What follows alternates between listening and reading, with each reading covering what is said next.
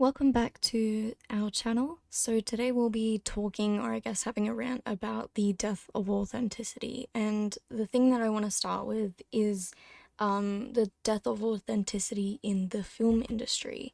So as you can see here, I'm specifically going to discuss live action remakes. Now, there are some exceptions that I will discuss, but I think overall, live action remakes are quite pointless. So we've seen Pinocchio, Mulan, The Little Mermaid, Cinderella, and The Beauty and the Beast.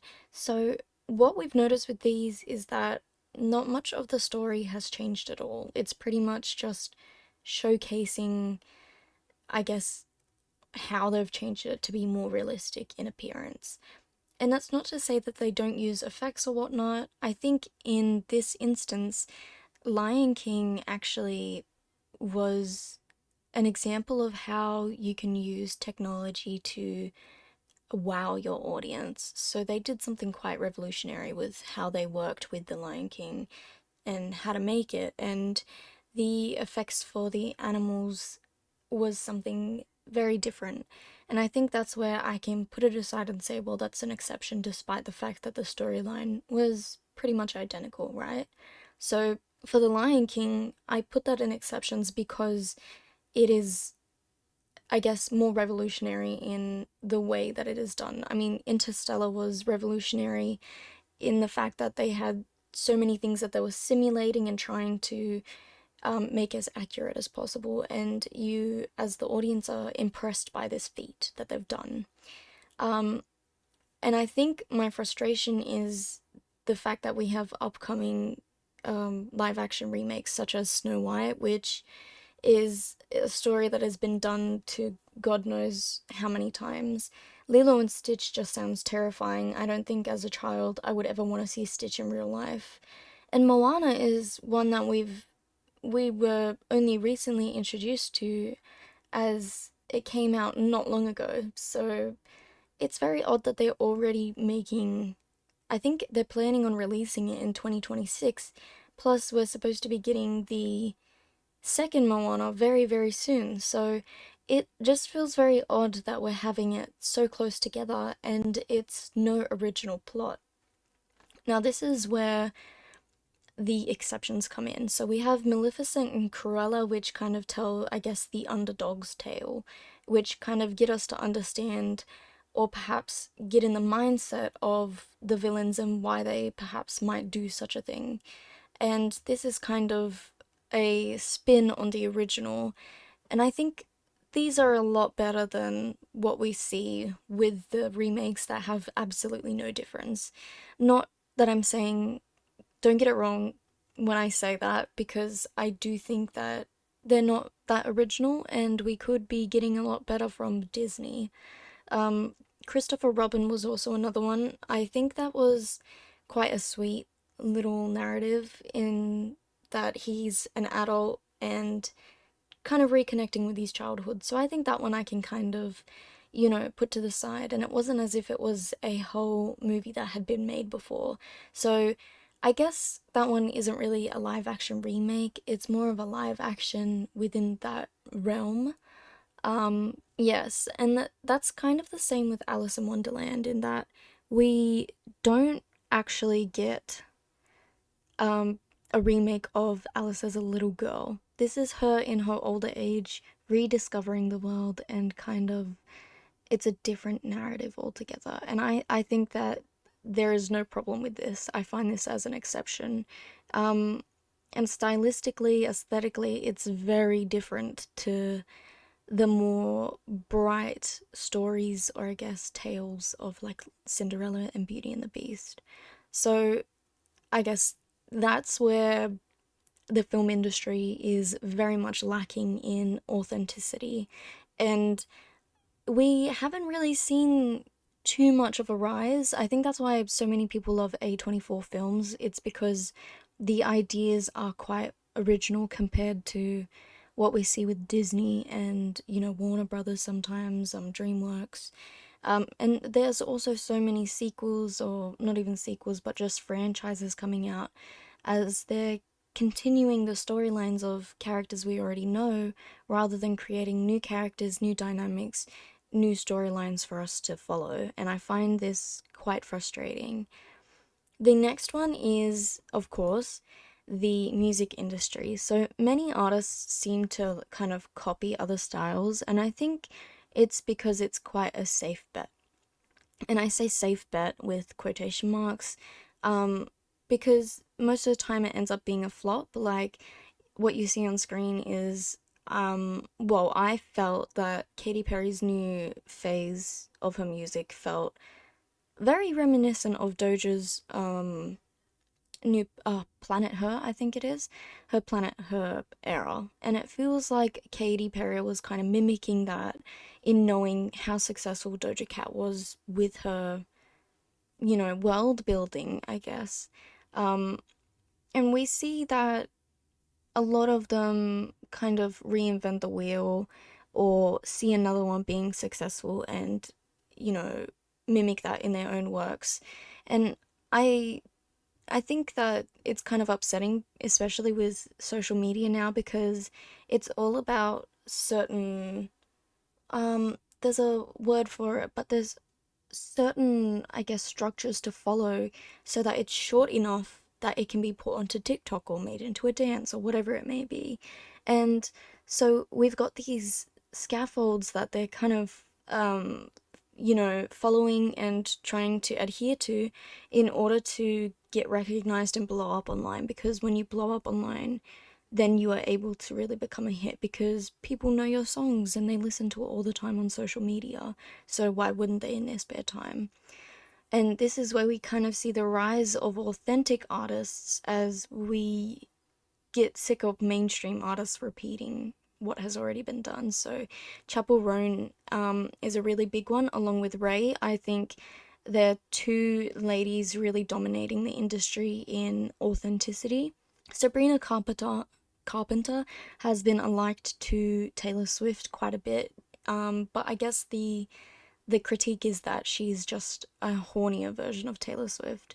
But I don't think that's necessarily true, and I don't think we're giving her enough credit there because Sabrina's world building for her art, or I guess her latest work, is incredible. The amount of, you know, I guess in her marketing, she had so many different videos, the way that she's doing her concerts now as a performance that is ongoing.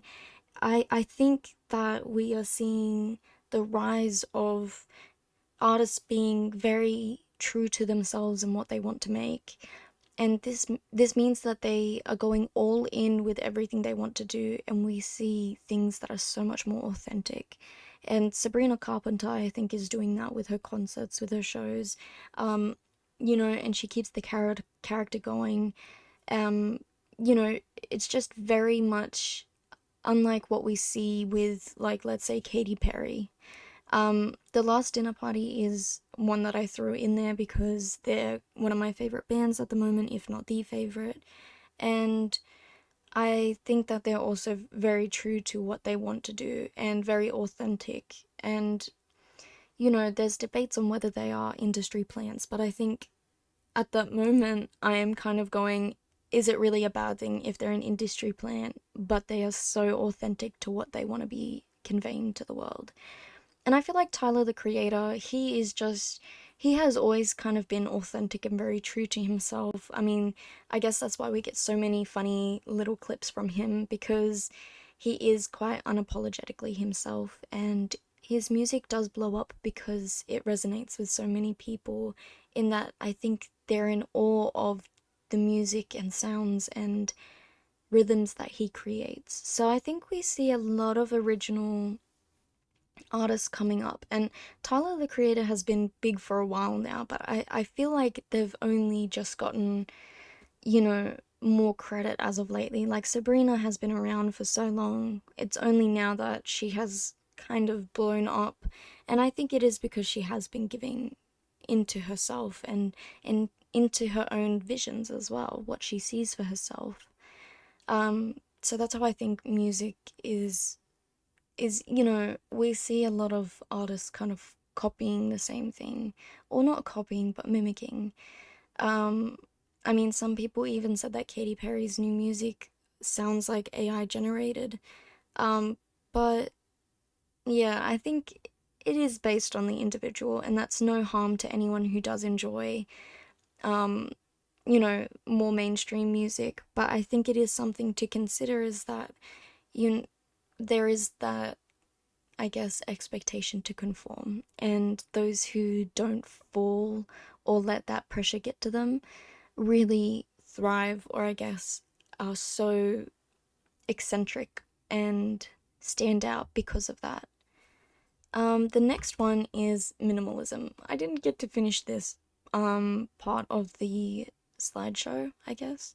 But the main thing is that um the dying art of detail and intricacy. And we see minimalism as a trend. So as of lately, it's kind of been like minimalist girlies, wearing uh, I don't even know how to explain it, but like just very basic outfits, which is nothing wrong with. But there is also that kind of judgment and critique of those who are more maximalist, despite how it is an art to do such things. So you'll see on screen that we've got a house that is quite boring, bland, although it's got very different lines and vectors. It still is quite minimalist compared to the one on the right side, which has tiles, which has framing, which has curvature, lines, all sorts of things. So I'm gonna dive into that a little bit more. So I think social media, I think social media has already mourned the loss of detail, as we've got this sad beige mum sort of vibe, at least that's what it's called, where everything has to be minimal. It basically looks like no one lives there. And I think Kim Kardashian, actually, in her house, people were saying it doesn't even look like anyone lives there. And it's a sad thing because I know everyone has their own style, and this isn't a judgment of what people want in their homes. It's just that not people, but society is pushing this standard that things must be smooth, clean, no detail, no finer intricacy. And there is a certain art and celebration of life when you add these details. Um, and we really miss that when we have minimalism, as it really doesn't look like anyone lives there sometimes. I mean, look at these photos, it looks like either a hotel or it looks like it was something made to sell furniture. And it doesn't feel or look like a home. Whereas now these are quite maximalist, but even the office here, the books not having been all the same color to be unified, the fact that you have plants everywhere, which seeing green psychologically makes you happier. So there are ways and means of making a house a home. Now, that's not to say that your house has to look like a Pinterest board or be colorful. Some people find that overwhelming, and that is completely fine. But you should be able to make your house a home, and for it not to be all smooth, one edge, one surface. Like, this kitchen isn't really that minimal, but it has character to it. Whereas if we look at the one before, you can't really see this, but like there is no really character to this. I think I think out of all of them, the one with the most character might be because of the arches and how that breaks the cutting edges of minimalism. The sink, like everything in here kind of blends into one another. You don't really notice anything. Whereas in here, you really get to appreciate what you see. And I think, you know, it really makes life so much more beautiful when you surround yourself with not superficial objects, but just little things that make you happy. If you love having plants in your house and you cultivate that. That is something that you can like see as a self-achievement. All the books on your shelf, even though they don't look aesthetically pleasing, they're there, and you go, ah, I can't wait to read the next one. You don't have to have, something that looks like it's off of Pinterest. You just have to have an environment that makes you happy. And this might make you happy, and this is also okay. But I think my concern is that there's this expectation now to be very small and to make yourself unseen. And I think people really conform to that. I know there's like the clean girl aesthetic as well, but we also see it in modern architecture. Um, Hold up, sorry, I got ahead of myself. So this is what I mean with like the outside of houses. So like the framing here, the door being a different color, like adding the little, is it called accents of colors? Having different tiles on the roof. You know, and everyone has their own way of doing it and what they prefer. And there's no right or wrong way to do it. So I guess I that kind of makes my whole argument redundant, but I think that people need to be giving more attention to detail, and our society needs to be giving more attention to detail.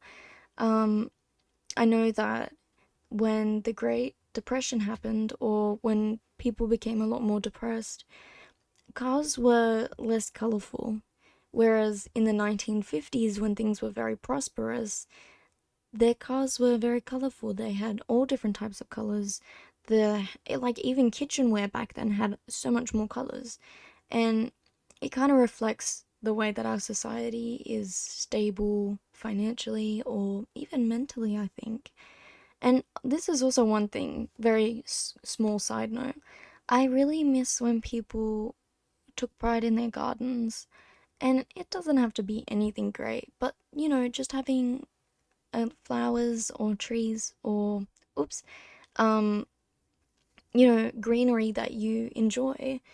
And I think people don't realize how fulfilling gardening can also be for the soul.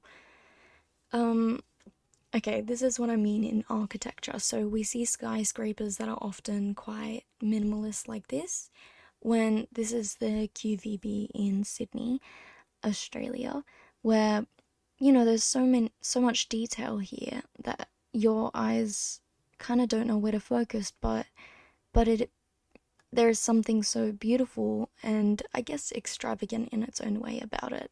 But this is now the norm, to have it very minimal, very little design, and it all uniform.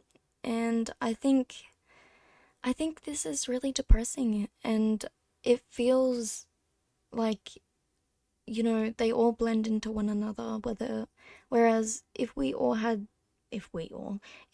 there were so many different buildings with their own styles, they would be so beautiful to look at.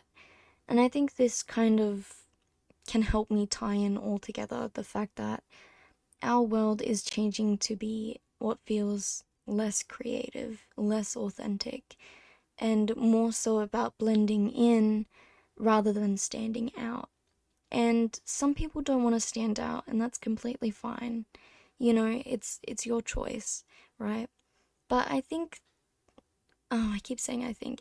The issue really is that we we are seeing the death of art, and artists that do have their own styles that are quite authentic, they are kind of suppressed. And I think architecture is a great representation of the way in which detail, intricacy, and overall aesthetic has been suppressed. And some may see this as superficial. I see it as being able to express and to be able to look around and be inspired rather than bored by your surroundings. And many bits of furniture, many bits of clothing, fashion trends, so many things have just become so minimal that there's almost no artistry to life. And I think this does impact the melancholy that an everyday person would experience. I think it would make someone, um, well, I've noticed it with myself, is that going around, and I'm not really motivated to walk and to go outside because, you know, it's in a city that doesn't really care about mm, intricacy, and there are obviously many aspects to it: pollution, the way that our councils look after the areas. Is it a walkable city? But I think that this is very much a problem, or I think it's going to become one, in which our lives are kind of devoid of art, and many would argue that art is unnecessary for the world. Um, but I think it actually adds a lot of fulfillment and experience to be able to look at something and appreciate it with your eyes, just as we do with nature, appreciating it, touching grass, and being able to be grateful for that, to have an experience. You know, people go overseas to look at architecture, to have that experience, to feel that satisfaction, and to be enthralled by something. And that's just not something that we are, you know, advancing in. It's something that we are uh, degressing, mm, regressing, that's the word, regressing into or away from. And it's really disappointing because our capabilities are so much more. But that's enough yapping for now. That is my little screen rant about authenticity and the death of it. And I think I'm hoping that because so many are quite fed up with it, that we see more authenticity and we see more people getting credit, and we see a rise. I hope that it's encouraged. Let me know if you liked this video, so comment, give it a thumbs up, and if you like this sort of content, please subscribe because I'm really excited to be getting into this.